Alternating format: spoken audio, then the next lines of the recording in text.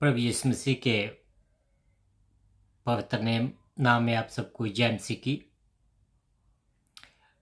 परमेश्वर का धन्यवाद करता हूं कि परमेश्वर ने अब तक हम सबको संभाल कर रखा है और मैं उम्मीद करता हूं कि वो आने वाले दिनों में भी इसी ही रीति से हम सबको अपने हाथों में संभाल कर रखेगा और जो भी उसकी पाक मर्जी है वो हमारे जीवन में पूरा करेगा।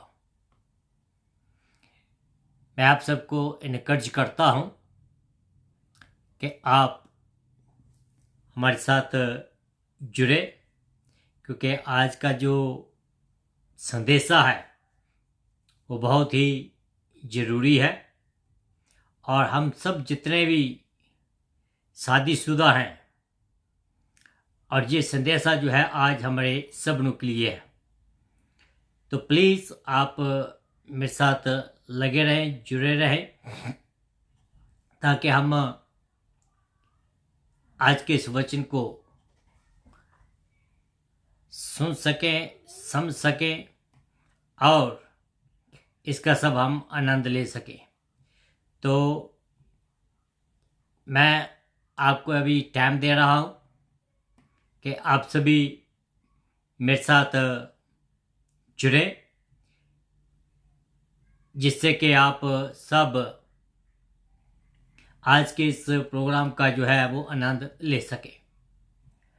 ये जो प्रोग्राम है ये आज खास करके मैं जो शादीशुदा लोग हैं उनके लिए मैंने ये प्रोग्राम जो है वो समर्पित किया है। और जो अभी शादीशुदा नहीं है, इसका मतलब ये नहीं है कि ये उनके लिए नहीं है, बल्कि ये उनके लिए और भी ज़्यादा अच्छा साबित होगा, क्योंकि आप सब आने वाले दिनों में जब शादी करेंगे तो ये बातें जो मैं आपको आज बताने वाला हूँ ये आप सबके जीवन में काम आने वाली है। तो शादीशुदा जो नहीं है उनके लिए दो चार बातें जो सलाह मशवरा जिसको हम कहते हैं वो है, आप सब इसमें बने रहिएगा, सुनिएगा और बहुत आज की आशीष पाइएगा। तो आइए हम इस गाने को सुनते हैं और उसके बाद हम आगे बढ़ेंगे।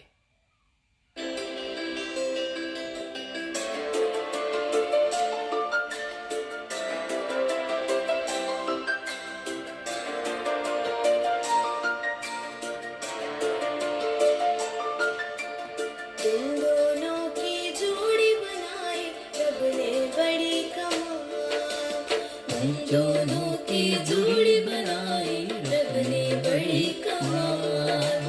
दुख में सुख में एक दूजे को रखना सदा ख्याल। तुम दोनों की जोड़ी बनाई रब ने बड़ी कमाल।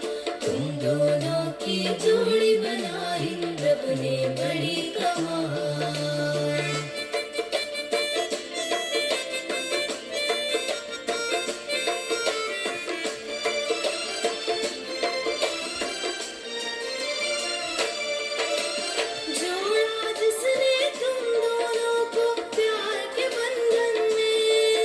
हालेलुया। जिसने तुम दोनों को प्यार के बंधन में रक्षा करेगा तुम दोनों की हर पल जीवन में। तुम भी हमेशा जाहिर करना उसका सदा जलाल। तुम भी हमेशा जाहिर करना उसका सदा जलाल। दुख में सुख में एक दूजे को रखना सदा ख्याल।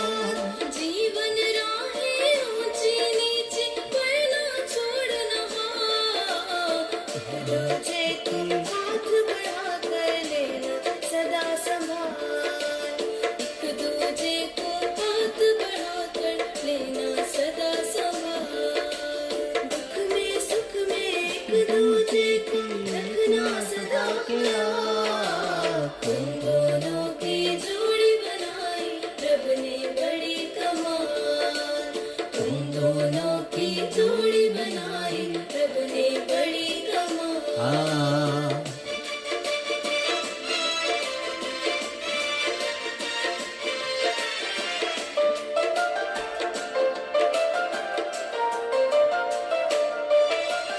फूलो फलो और बढ़ते जाओ वैसी और करम, फूलो फलो और बढ़ते जाओ वैसी और करम, खुशहाली और खुशियाँ पाओ वैसी और करम, प्यार मोहब्बत और वफा की जग में बनो मिसाल, प्यार मोहब्बत और वफा की जग में बनो मिसाल, दुख में सुख में एक दूजे को रखना सदा ख्याल, हम दोनों की जोड़ी बनाई रब ने बड़ी कमाल, हम दोनों की जोड़ी बनाई रब ने बड़ी कमाल, हम दोनों की जोड़ी बनाई रब ने बड़ी कमाल।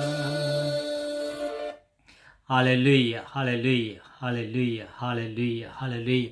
आइए हम अपने सिर को झुकाएं और खास करके जो शादीशुदा हैं उनके लिए ये गाना डेडिकेट किया था कि खुदा ने आपकी जोड़ी ये है बहुत कमाल की बनाई हुई है, तो एक दूसरे का ख्याल रखें। जो अभी शादीशुदा नहीं है, जो सोच रहे हैं शादी के लिए, उनके लिए भी आज का जो संदेश है बहुत अच्छा है। मैं दूसरे शब्दों में कहूँ, is the word of advice जो है आज आपके लिए है। तो आइए हम अपने सिर को झुकाते हुए इन बातों को याद करें कि परमेश्वर में हम कहाँ हैं, हमारी शादी आज कहाँ है। तो आइए हम अपने सिर को झुकाएं। Hallelujah, hallelujah, hallelujah. Thank you Jesus, thank you Jesus, thank you Jesus, thank you Jesus. Glory to God, glory to God, glory to God. मेरे अनुग्रह का स्वर्गीय परमेश्वर, तेरा धन्यवाद करता हूँ आज के दिन के लिए जो तेरे आज हमें दिया है कि हम तेरी आराधना, तेरी स्तुति, तेरी प्रशंसा करें। खास करके पिता परमेश्वर, मैं तेरा धन्यवाद करता हूँ इन दिनों के लिए, इन वचनों के लिए, इस समय के लिए जो तूने हमें दिए हैं, कि मैं पिता परमेश्वर तेरे वचन को तेरे लोगों तक लेकर जा सकूं, जिससे पिता परमेश्वर तेरे लोग आशीष पाएं। मेरे अनुग्रह का स्वर्गीय परमेश्वर, जब मैं अपने होठों को खोलूं, मेरे ऊपर अपने पवित्र आत्मा का साया बनाना, ताकि मैं पिता परमेश्वर तेरी पवित्र आत्मा के बीच में होकर जो भी बोलूं, तेरी पवित्र आत्मा के बीच में होकर बोलूं। मैं जहाँ तक जो पवित्र आत्मा की ओर से वचन आता है, तेरे वचन के मुताबिक वो कभी भी खाली वापस नहीं जाता है, बल्कि वो बहुतायत का फल लाता है। तो होने दीजिए प्रभु जी के आज का वचन खाली नहीं जाए, बल्कि हर एक के दिल को छू ले, जिससे पिता परमेश्वर तेरे नाम को महिमा मिले। मैं प्रार्थना को अपने उद्धारकर्ता प्रभु यीशु मसीह के पाक और पवित्र और जलाली नाम से मांगता हूँ, सुन और कबूल कर। आमीन, आमीन। Hallelujah, hallelujah. तो आइए हम आज के प्रोग्राम को शुरू करते हैं। जो आज का जो प्रोग्राम है हमारा, वो इफिसियों की किताब उसका 5 अध्याय उसके 22 आयत से लेकर 33 आयत तक जो हमें मिलता है, it's a very good message. तो आइए हम अपने वचनों की ओर बढ़ते हैं। हे पत्नियों, अपने अपने पति के ऐसे अधीन रहो जैसे कि प्रभु के अधीन हो, क्योंकि पति तो पत्नी का सिर है, जिस प्रकार मसीह भी कलीसिया का सिर है, स्वयं देह का उद्धार करता है, पर जैसे कलीसिया मसीह के अधीन है, वैसे ही पत्नियां भी हर बात में अपने अपने पति के अधीन रहें। हे पत्नियों, हे पतियों, अपने अपने पति से प्रेम करो, जैसा मसीह ने भी कलीसिया से प्रेम किया और अपने आप को उसके लिए दे दिया, कि उसको वचन के द्वारा जल के स्नान से शुद्ध करके पवित्र बनाए और उसे एक ऐसी महिमा युक्त कलीसिया बनाकर प्रस्तुत करे जिसमें ना कलंक, ना झुर्री, ना इसके समान कुछ हो, परंतु पवित्र और निर्दोष हो।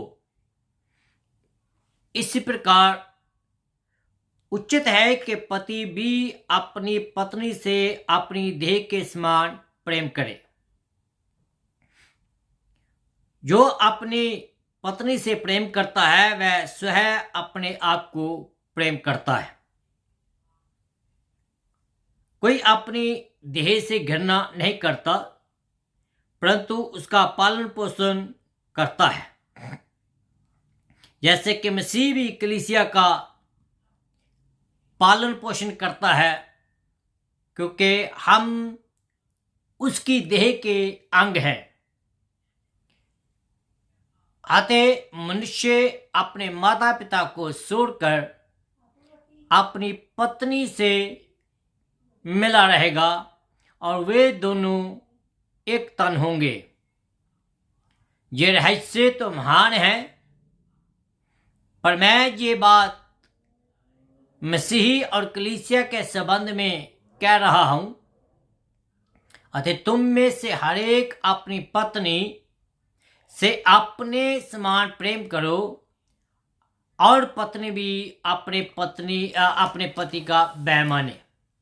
खुदावंद अपने वचन के पढ़े और सुने जाने पर आशीष दे। आमीन। सबसे पहले मैं अपनी रीति के मुताबिक आप सबको प्रभु यीशु मसीह के पवित्र नाम में जय मसीह की good morning, good afternoon, good evening और गुड नाइट कहता हूं, जहां जहां भी आप हैं उसी के मुताबिक। और मुझे इस बात की खुशी होती है कि जब आप प्रोग्राम को सुनने के बाद और वीकडेज में, वीकेंड में, जब भी आपको टाइम मिलता है, आप मुझे टेक्स्ट मैसेज करते हैं, मुझे कॉल भी करते हैं और इस बात का इजहार करते हैं कि आप इस प्रोग्राम के द्वारा आशीष पा रहे हैं। तो मैं आपसे निवेदन करता हूं कि प्लीज आप ऐसे ही आगे करते रहिएगा और इसी ही रीति से आप अपना प्यार अपने इस भाई को दिखाते रहिएगा, जिससे मैं खुदावंत के वचन को लेकर आप तक पहुंचता रहूं। तो जैसे कि आपको मालूम है कि हम लोग इफिसियों की किताब जो है उसकी स्टडी कर रहे हैं। तो आज जो वचन हमने पढ़ा है इफिसियों की किताब, उसका 5 अध्याय, उसकी 22 आयत से लेकर 33 आयत तक, इसकी आज हम स्टडी करेंगे, इसके ऊपर मेडिटेट करेंगे, इसके ऊपर मनन करेंगे, इसके ऊपर विचार करेंगे। आपने बहुत बार ये कहानी सुनी होगी जो मैं आपको बताने वाला हूं। बहुत ही अच्छी कहानी है। एक 70 साल का बुजुर्ग कपल अपने मैरिज एनिवर्सरी मनाने के लिए अपने रिश्तेदारों को, अपने आस पड़ोस के लोगों को बुलाता है। सुबह से लेकर शाम तक लोग आते हैं, लोग खाते पीते हैं, लोग उनको बधाइयाँ देते हैं, मस्ती करते हैं, डांस वगैरह करते हैं, पूरा एंजॉय करते हैं। तो क्या होता है कि जब शाम पड़ती है, दिन ढलने लगता है, तो जो लोग हैं वो अपने अपने घरों में जाना शुरू कर देते हैं। जब लोग आप अपने घरों में जाना शुरू कर देते हैं, जब सभी चले जाते हैं, तो एक बुजुर्ग जो कपल है, जो अपने मैरिज एनिवर्सरी मना रहा था, वो दोनों हाथ में हाथ लेकर बाहर अपने दरवाजे के बाहर खड़े होते हैं। वहाँ चेयर्स वगैरह लगी है और वहाँ अपने बालकनी में बैठ जाते हैं। तो बात करते हैं कि आज कितना अच्छा दिन रहा, और अपने बच्चों का धन्यवाद करते हैं और सोचते हैं कि ये सारा खर्चा हमारे बच्चों ने किया है, और अच्छा लगा ये सब कुछ उन लोगों ने जब ये देखा और सुना। तो थोड़े समय के बाद जो वाइफ है उसको कहने लगती है कि I am so proud of you, मुझे तेरे पर बहुत गर्व है। और जो आदमी है वो थोड़े समय के बाद उसको देखता है उसकी तरफ, और उसको जो कहता है कि मैं भी तेरे से बहुत तंग आ चुका। मेरे जो हमारी जो शादी है, हमारी शादी कभी कभी जब ऐसे मुकाम तक पहुंच जाती हैं तो हम एक दूसरे से तंग आ जाते हैं, हम एक दूसरे से किनारा करना शुरू कर देते हैं। ये तब होता है जब हस्बैंड एंड वाइफ आप अपना रास्ता जो है वो अलग ले जाते हैं।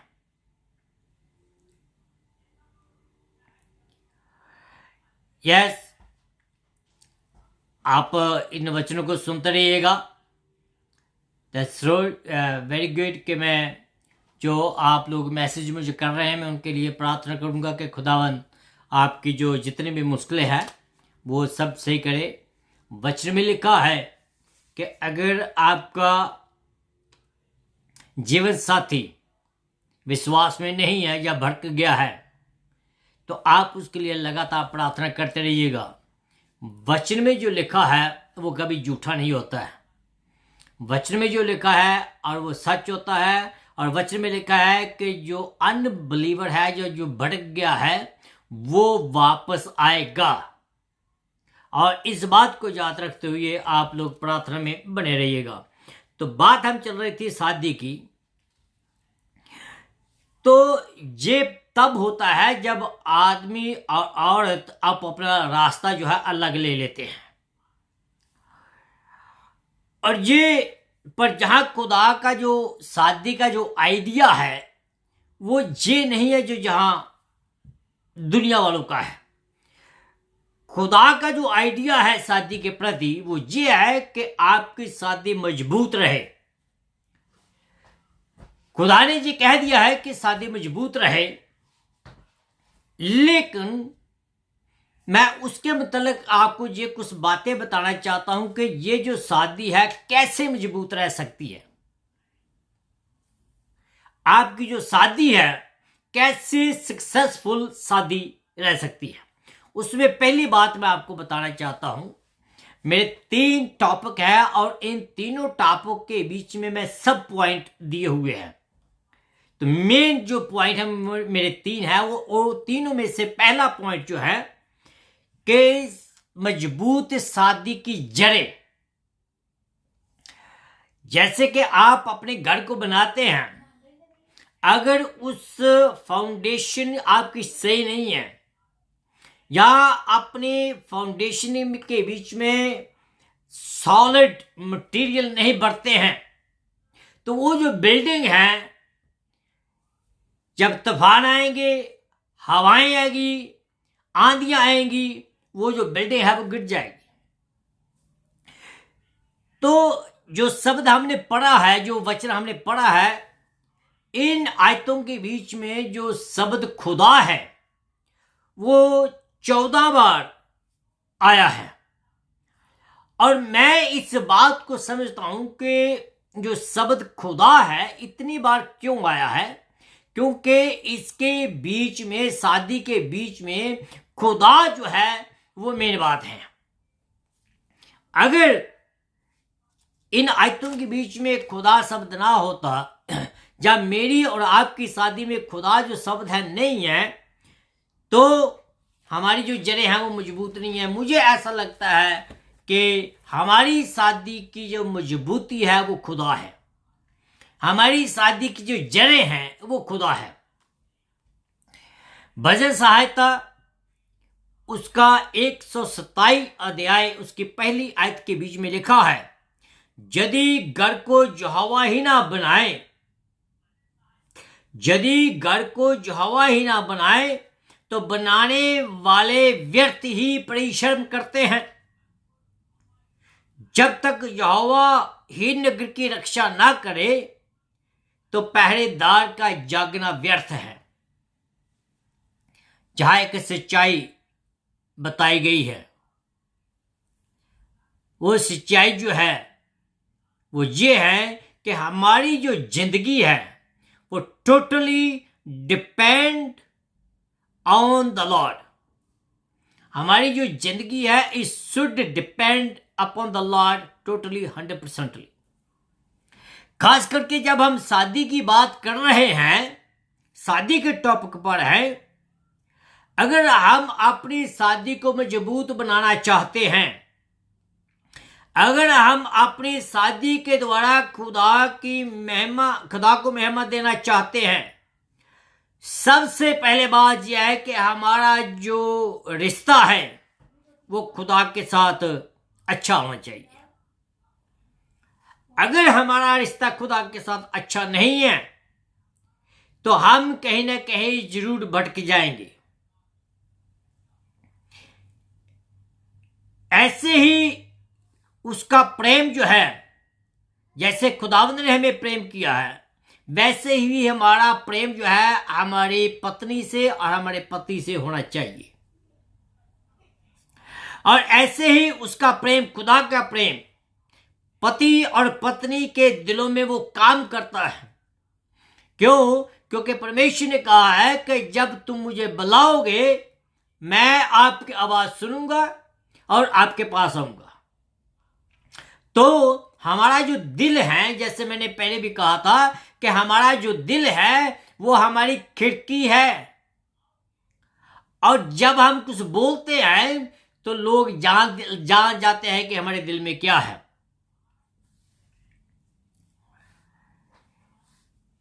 तो इसी ही रीति से हमारा जो रिश्ता है हमारे खुदावंद से होना चाहिए।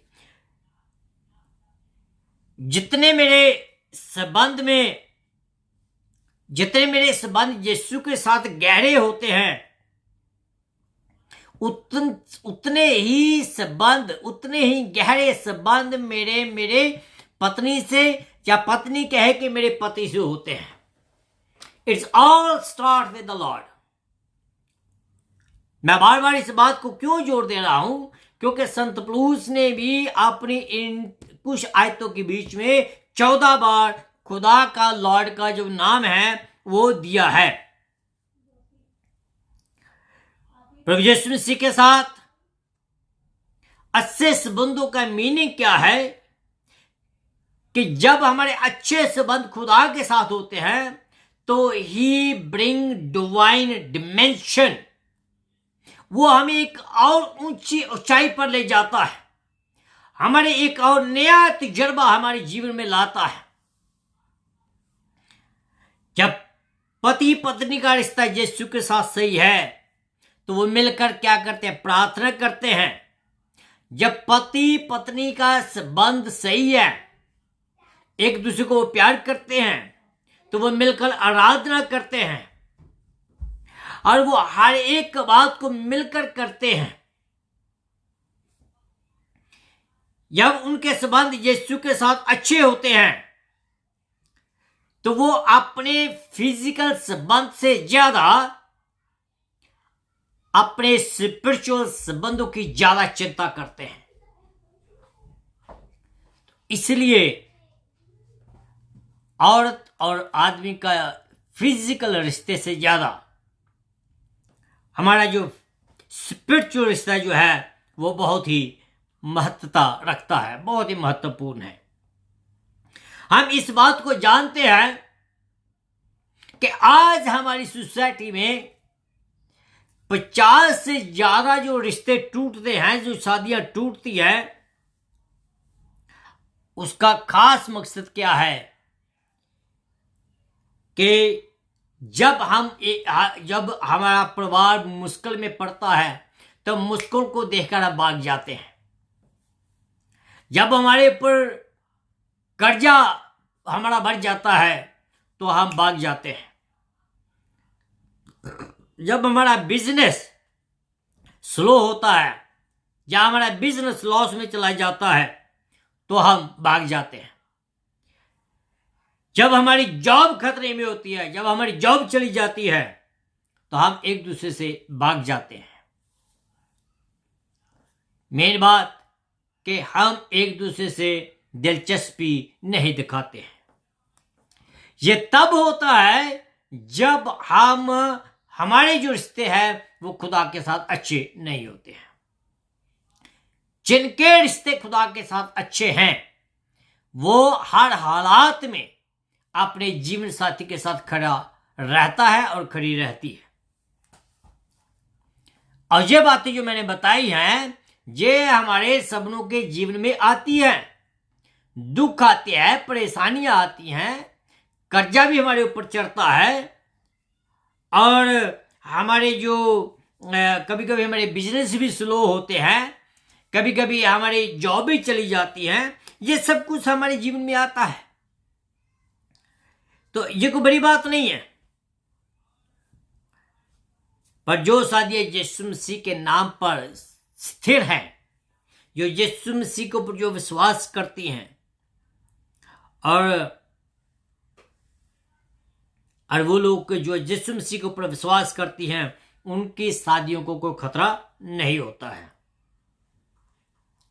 हो सकता है कि आप सोच रहे होंगे कि जो नॉन बिलीवर हैं उनकी शादियां भी बड़ी बड़ी लंबी चलती हैं। यस, इट्स राइट, काफी लंबी समय चलती हैं क्योंकि, लेकिन अपनी शादियों के बीच में वो जो खुदा का मकसद है, स्पिरिचुअल मकसद जो है, आत्मिक मकसद जो है, वो कभी वो पा नहीं पाएंगे। The marriage is real and the love deep, but it cannot be everything. God designed marriage to be a marriage. God designed this marriage. God has the heart for this marriage. इसलिए जो हमारी जो शादियां हैं उसका पहला जो main मकसद है, जो मेन सिद्धांत है, वो ये होना चाहिए कि हमारी जड़ें जो हैं वो यीशु मसीह के ऊपर होनी चाहिए। हमारी शादी की जो बुनियाद है वो यीशु मसीह के ऊपर होनी चाहिए। दूसरी बात मैं आपको बताना चाहता हूं, हमने देखा था कि हमारी शादी की जड़ें क्या है, हमारा बेस क्या है हमारी शादी का। दूसरी बात बताना चाहता हूं कि हमारे शादी की जो प्रिंसिपल क्या है, सिद्धांत क्या है हमारी शादी के, उनके बारे में हम देखते हैं। और जी मैं बाइबल के बीच में से बता रहा हूं, मैं अपने मन से कुछ नहीं बता रहा हूं। कुछ ऐसी बातें हैं जिनके लिए हम कुछ समझौता नहीं कर पाते हैं, समझौता कर ही नहीं सकते हैं हमारी शादी के बीच में। एक अच्छी मजबूत शादी के लिए सबसे पहले जो है वो मोहब्बत होनी चाहिए, लव होना चाहिए। जब हम प्यार की बात करते हैं तो मैं नॉवल की बातें या फिल्मी प्यार की बातें या हीर रांझा की बातें या सोनी महिवाल की जो प्यार है वो प्यार की बात मैं नहीं करता। हम प्यार की बात करते हैं जो प्यार यीशु मसीह ने कहा, जो प्यार वचन में लिखा है। प्रेम जो है वो धैर्यवान है, प्रेम बदलता नहीं है, प्रेम बदला नहीं लेता है, प्रेम दयालु है। प्रेम जो है वो नफरत नहीं करता है, प्रेम जो है वो नफरत नहीं करता। दयालु हमारे शब्दों में, हमारे ख्यालों में रहता है और हमारे कामों में भी वो दयालुता जो है वो हमें दिखाई देती है। प्रेम जो है वो ईर्ष्या नहीं करता है। True love is not jealous. जो सच्चा प्यार है वो ईर्ष्या नहीं करता है, बल्कि दूसरों के लिए वो खुश होता है। प्रेम ढींग नहीं मारता और अहंकार नहीं करता। प्रेम बस अपने ही बारे में नहीं सोचता है। प्रेम मैं नहीं करता है। प्रेम अहंकारी नहीं है, वो हमेशा टॉप के ऊपर रहना नहीं पसंद करता।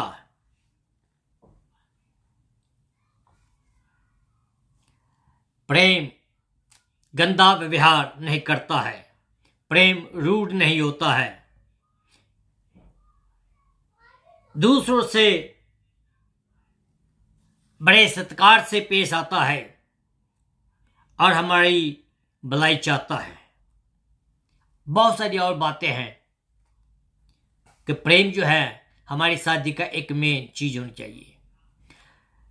प्रेम जो है वो अपनी पत्नी से, अपने पति से जो है, जब उनके बीच में प्रेम होता है, सच्चा प्रेम, वो कभी ये नहीं देखता है कि मेरा पति कम कमाता है या मेरी पत्नी कम कमाती है या मेरी पत्नी के पास ये है मेरे पास वो नहीं है, उसका फैमिली इतनी बड़ी है मेरी फैमिली कम है, उसका रिफ्लेक्शन कैसा है मेरा रिफ्लेक्शन ऐसा है, या वो उसके साथ कोई तुलना नहीं करता है। क्यों? क्योंकि उन दोनों की एक ही बात होती है। फिर दूसरा सिद्धांत जो है शादी का वो है वफादारी। अगर आप इफ्सियों की किताब उसका 5 अध्याय उसके 31 आयत के बीच में देखें, इसमें एक कानून दिया गया है। वो कानून है सोने का और बनाए रखने का। यहां खुदा दुनिया के पहले शादीशुदा जोड़े से वो जो चाहता था, मीनिंग एडम और ईव से जो चाहता था, जिस मकसद के लिए खुदा ने आदम और हवा को एक साथ किया था, जिस मकसद के लिए खुदा ने उनको हस्बैंड एंड वाइफ का दर्जा दिया था, वो ही जो है खुदा मेरे से और आपसे आज चाहता है। वही संगति जो है खुदा मेरे शादी में और आपकी शादी में वो चाहता है। मेरे अजीजों, वो हमारे सपनों से यही चाहता है। वो हमें चाहता है कि हम उसके साथ रहें। हमारे रिश्ते हमारे माँ बाप के साथ हमेशा अच्छे और मजबूत रहें। पति पत्नी का जो रिश्ता है वो हमेशा प्रथम रहे। मैं ये नहीं कह रहा हूं कि आप अपने माँ बाप को इज्जत ना करें या अपने माँ बाप को छोड़ दें, नहीं, आप उनको साथ रखें जहाँ तक रख सकते हो, आप उनकी फुल इज्जत करें। लेकिन जो प्रथम स्थान है यीशु के बाद वो है आपकी पत्नी या आपका पति। जब तक आप शादीशुदा नहीं है तब तक आप पहले खुदा को प्रेम करें और उसके बाद अपने माँ बाप को। मेरे जीजो, ये बातें जो है वो हमारी शादी में जब तब आती है तो फिर आपकी शादी को कोई खतरा नहीं होता है। ये बात और कानून बच्चों और अपने माँ बाप के बीच में भी आता है। बच्चों को अपने माँ बाप की देखभाल करनी अनिवार्य है। उसके बारे में भी हम आगे जाकर देखेंगे क्यों बच्चों को अपने माँ बाप की इज्जत क्यों करनी चाहिए। आने वाले हफ्तों में हम उसके बारे में देखेंगे। जब हम इफ्सियों के 6 अध्याय के बीच में पहुंचेंगे तब इसका और एक अलग ही टॉपिक है, उसके बारे में हम बाद में देखेंगे।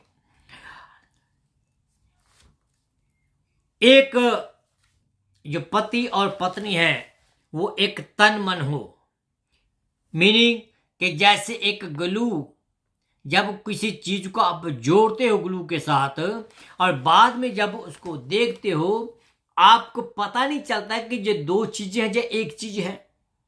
आपकी और मेरी शादी जो है इस रीति से होनी चाहिए कि हम दोनों एक साथ मजबूती से बने रहें। मेरे अजीजों, मैं ये आपको बताना चाहता हूं कि ये कोई कठिन नहीं है। ये जो बातें हैं ये हो सकती है, लेकिन बात ये है कि हमें अपने आप को खुदा के हाथों में देने की जरूरत है। ये जो वफादारी की बातें हैं यहां वचन में बताया गया है, पहला कुरिन्थियन उसका 13 अध्याय उसकी 7 आयत के बीच में कुछ ऐसी बातें हैं जो मैं आपके साथ रखना चाहता हूं। पहली बात यह है कि सब बातें सहता है प्रेम। ऐसा नहीं कि कोई दुखी जाए, सॉरी, और ऐसा नहीं है कि वो एक दूसरे को दुख दे या परेशान करे या एक दूसरे की चिंता करे या एक दूसरे की चुगली करे। ऐसा नहीं है। जो वफादारी है वो वफादारी जो सबके लिए भलाई चाहती है, सब बातों में वो विश्वास करता है। वफादार जो पर्सन है, हमें एक दूसरे पर विश्वास करना ही चाहिए। हमें हस्बैंड वाइफ एक दूसरे के ऊपर इतना विश्वास होना चाहिए कि जैसे हम खुदा के ऊपर विश्वास करते हैं। सब बातों में हम आशा रखें। वफादारी जो है एक दूसरे का नुकसान नहीं चाहती है, पर एक दूसरे को वो भरोसा और तसल्ली देती है। चाहे जो वफादार आदमी होता है वो क्या करता है, वो एक दूसरे को तसल्ली देता है, दुख में, मुसीबत में, परेशानी में, और एक दूसरे को वो आगे बढ़ाता है। वफादार जो साथी है सब बातों में वो धैर्य रखता है, चाहे वो दुख में है, परेशानी में है, चिंता में है, जॉब का नुकसान है या पैसे कम है या कर्जा ज्यादा है, कुछ भी है, वो जो है धैर्य रखता है। कंधे में कंधा मिलाकर अपने जीवन साथी के साथ वो खड़ा रहता है, कंधे के साथ कंधा लगाकर वो चलता है। फिर पहला तो हमने देखा था प्रेम, दूसरी बात देखी थी हमने धैर्य, तीसरी बात हम देखते हैं रिस्पेक्ट। इफिसियों की 5 अध्याय उसके 22 से लेकर 24 के बीच में लिखा है कि जब पति पत्नी एक दूसरे को रिस्पेक्ट करते हैं या देते हैं तो उनकी जो शादी है वह बहुत लंबी चलती है। कभी कभी जो लोग पूछते हैं क्रिश्चियन लोगों को, क्या बात है भाई आपकी शादी इतनी लंबी चली? द सीक्रेट इज कि दे love each other and above that they love God. ये आयतें जो है मैं नए नेम में सबसे ज्यादा पसंद की जाती है ये आयतें, और सबसे ज्यादा नफरत भी की जाती है। मैं आपको बताता हूं कैसे। आदमी जो है इन आयतों को इस कदर लेता है कि वो चाहता है कि वो अपनी पत्नी को गुलाम बना कर रखे, क्योंकि वो कहता है कि वचन में लिखा है भाई ऐसा कि तू मेरे अधीन रहे, मेरे गुलाम रहे। लेकिन दूसरी तरफ से अगर हम देखें तो जो पत्नियां हैं वो इन आयतों को इस कदर लेती है कि वो आदमी से इन्फीरियर समझती है, वो कम समझती है। ये दोनों बातें जो वो गलत हैं, ये दोनों ही ट्रांसलेशन जो है वो गलत है। ये दोनों ट्रांसलेशन गलत है। ना तो आदमी ऊंचा है, ना औरत नीची है, ना औरत गुलाम है, ना आदमी बॉस है। हाँ, हमारा दोनों का, आदमी और औरत का बॉस जो है वो हमारा यीशु मसीह है। जो यीशु मसीह के ऊपर विश्वास करते हैं वो कभी भी इस नजर से देखते नहीं हैं अपनी पत्नी को कि वो मेरे गुलाम हैं या वो मेरे अधीन हैं। और जो पत्नी जो है, जो यीशु मसीह को प्यार करती है, वो कभी भी इस कदर नहीं देखती है कि ये मेरा बॉस है। नहीं, हम सब लोग जो हैं, हम सब इवन हैं यीशु मसीह की नजरों में। जब हम सब एक हैं तो इसी अध्याय के बीच में 28 और 29 के बीच में बताया गया है कि जब आदमी अपनी पत्नी को प्यार करता है और आदर करता है, जैसे मसीह ने कलीसिया को प्रेम किया, जैसे मसीह ने कलीसिया को मोहब्बत की, वैसे ही जो पति है अपनी पत्नी से प्यार करता है। जो औरत इस बात को समझ जाती है या जो आदमी इस बात को समझ जाता है तो उनको किसी भी किस्म की जो घबराने की जरूरत नहीं होती है, ना ही उनकी शादी में कोई ऐसी प्रॉब्लम आती है।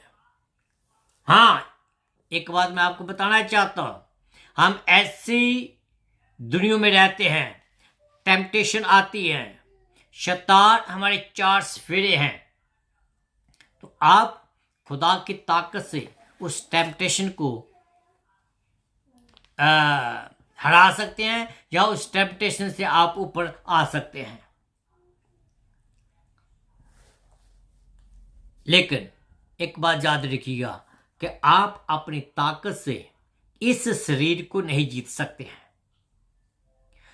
जब आपका शरीर आपके ऊपर हैवी हो गया, इट मीन्स कि you are giving up on God. जब आप परमेश्वर को गिव अप कर देंगे तब आपका जो शरीर आपके ऊपर हैवी होगा और तब आप कोई गलती करेंगे। और कभी कभी आप ऐसी गलती करते हैं कि आपकी शादी जो है वो जेपटी तक पहुंच जाती है, आपकी शादी टूट सकती है। तो इसलिए मैं कहता हूं कि जो आदमी और औरत हैं वो दोनों, जो आपकी जड़ हैं वो यीशु मसीह के ऊपर होनी चाहिए। आपके जो सिद्धांत हैं वो बाइबल के जो बीच में बताया गया वो होना चाहिए। वो मैं 3 सिद्धांत आपको बताए हैं क्योंकि ज़्यादा समय नहीं है। पहला है लव, प्रेम, वफादारी और रिस्पेक्ट। तो आइए हम जो तीसरे बात की ओर बढ़ते हैं। पहली बात हमने देखी थी, हमारी जो शादी की जो बेस है वो क्या है। दूसरा हमने देखा था कि हमारी शादी की जो प्रिंसिपल है वो क्या है। अब मैं बात करता हूं कि हमारी शादी के फ्रूट्स क्या हैं, आपकी शादी के फल क्या हैं। और ये भी बहुत जरूरी है जानने के लिए कि आपकी शादी के जो फ्रूट्स हैं वो क्या हैं। इसके फल तो बहुत हैं, ओके, अगर मैं इसके फल गिनने चाहूँ तो बहुत हैं, लेकिन टाइम की कमी के कारण मैं आपको सिर्फ 4 या 5 फल मैं आपको आज बताऊंगा। और आप अपनी शादी के बीच में देखें कि क्या ये फल आपकी शादी में है या नहीं। अगर नहीं है तो इनको कोशिश करें कि आप अपनी शादी में इसको लाएं। दूसरी बात, अगर आपको प्रॉब्लम हो रही है आपको मुश्किल हो रही है कि इन फलों को ढूंढने में, या आपको मुश्किल हो रही है कि इन रास्तों पर चलने के लिए, तो प्लीज मेरे साथ संपर्क कर सकते हैं. I will help as much as I can. Okay, तो बात को आगे बढ़ाइए. पहली बात, मजबूत शादी जो है वो आपके घर को पवित्र करती है. अगर आपके घर में कोई प्रॉब्लम है, आपके घर में पवित्रता ही नहीं है, तो जब आप मसीह के ऊपर विश्वास करते हो, तो मैं आपको गारंटी से कहता हूं, अपने एग्जाम्पल देकर कहता हूं कि आपके जो घर है वो पवित्र हो जाएगा. एग्जाम्पल मैं आपको बता रहा हूं, मैं अपनी.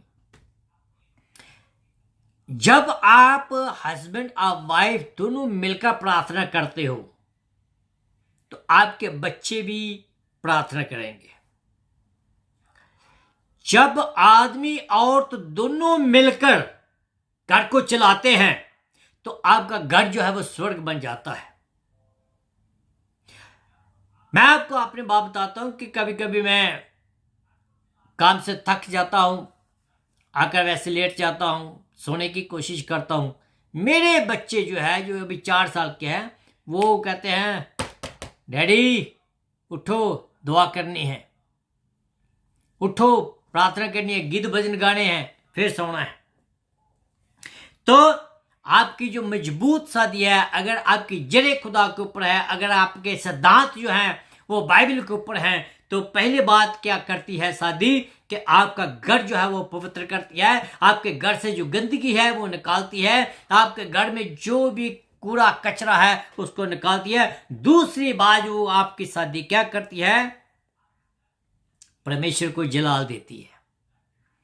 जिस घर में, जिस शादी में परमेश्वर नहीं है, जिस घर में, जिस शादी में परमेश्वर को जलाल नहीं मिलता है, तो मैं आपको बात एक सच कहता हूं कि वो ज्यादा चिर तक नहीं चलती है. वो कहीं ना कहीं धोखा खा जाती है. तो इसलिए आप अपने बच्चों को लेकर, अपने हस्बैंड को लेकर, अपने वाइफ को लेकर कम से कम एक टाइम पूरी फैमिली बैठकर दुआ करें, पूरी फैमिली बैठकर बाइबल पढ़ें, अपने बच्चों के सामने करें, अपने बच्चों को साथ लेकर करें. तीसरी बात, मजबूत शादी जो है, जो यीशु मसीह के वचन पर ग्राउंडेड है, वो क्या करती है, जो अनबिलीवर हैं उनको संदेश देती है.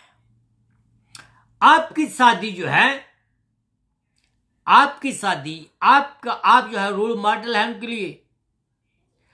लोग सोचते हैं कि भैया इनकी शादी इतनी लंबी और इतनी सक्सेसफुल कैसी है.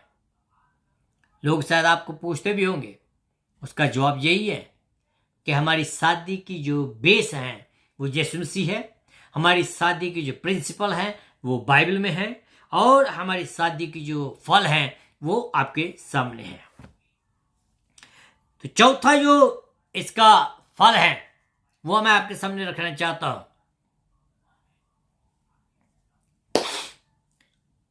मजबूत शादी जो है आने वाली पीढ़ी के लिए एक नसीहत बनती है. आने वाली पीढ़ी के लिए, आने वाली जनरेशन के लिए एक रोल मॉडल है. आप अपने पेरेंट्स को देखें, कितने कितने लंबी शादी चली उनकी, और ये आज भी हो सकता है. क्यों? क्योंकि परमेश्वर की यही इच्छा है. परमेश्वर जो है वो नहीं चाहता कि आप सेपरेट रहें. हाँ, कभी ऐसे माहौल बन जाता है, पर खुदा का शुक्र है कि वो आपको छोड़ता नहीं है. आगे मैं आपको बताना चाहता हूं, जैसे हम अपने जीवन साथी के साथ जैसा व्यवहार करते हैं, वैसे ही हमारे बच्चे भी अपने जीवन साथी के साथ वैसा ही व्यवहार करेंगे. जैसे आप अपने जीवन साथी के साथ बातचीत करते हैं, वैसा ही वो भी करेंगे। जैसे आप अपने जीवन साथी के साथ प्यार करते हैं, इसी ही रीति से हमारे बच्चे भी अपने जीवन साथी के साथ प्यार करेंगे। अगर आप अपनी पत्नी को या अपने पति को जलील करते हैं तो यकीन जानिए कि कल आप अपनी आंखों से देखेंगे कि आपके बच्चे भी अपने जीवन साथी को जलील करेंगे। हमें थोड़ा रुकने की जरूरत है, हमें थोड़ा समझने की जरूरत है, हमें थोड़ा वचन की और ध्यान देने की जरूरत है कि हमारे बच्चे हमें देख रहे हैं, हमारे बच्चे हमें देख रहे हैं।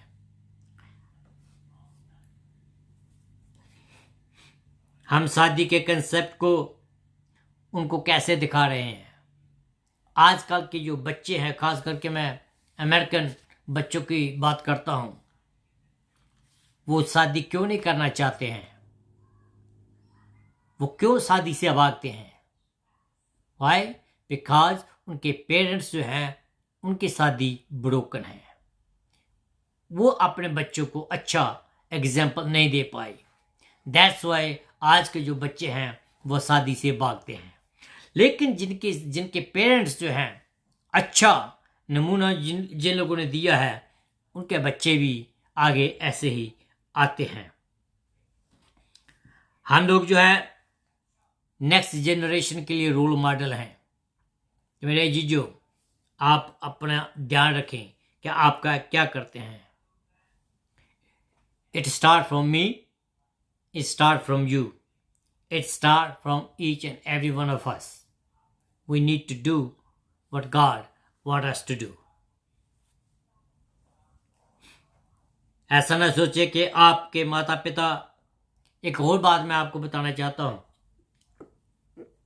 जो समझदार बच्चे हैं ऐसा ना कहें कि हमारे माँ बाप जो हैं उनकी शादी खराब गई, डिवोर्स हो गए, लड़ाई रहती थी, झगड़ा रहता था, बाप दारू पीता था, औरत तो कहीं बाहर जाती थी, तो हम भी ऐसा करके नहीं।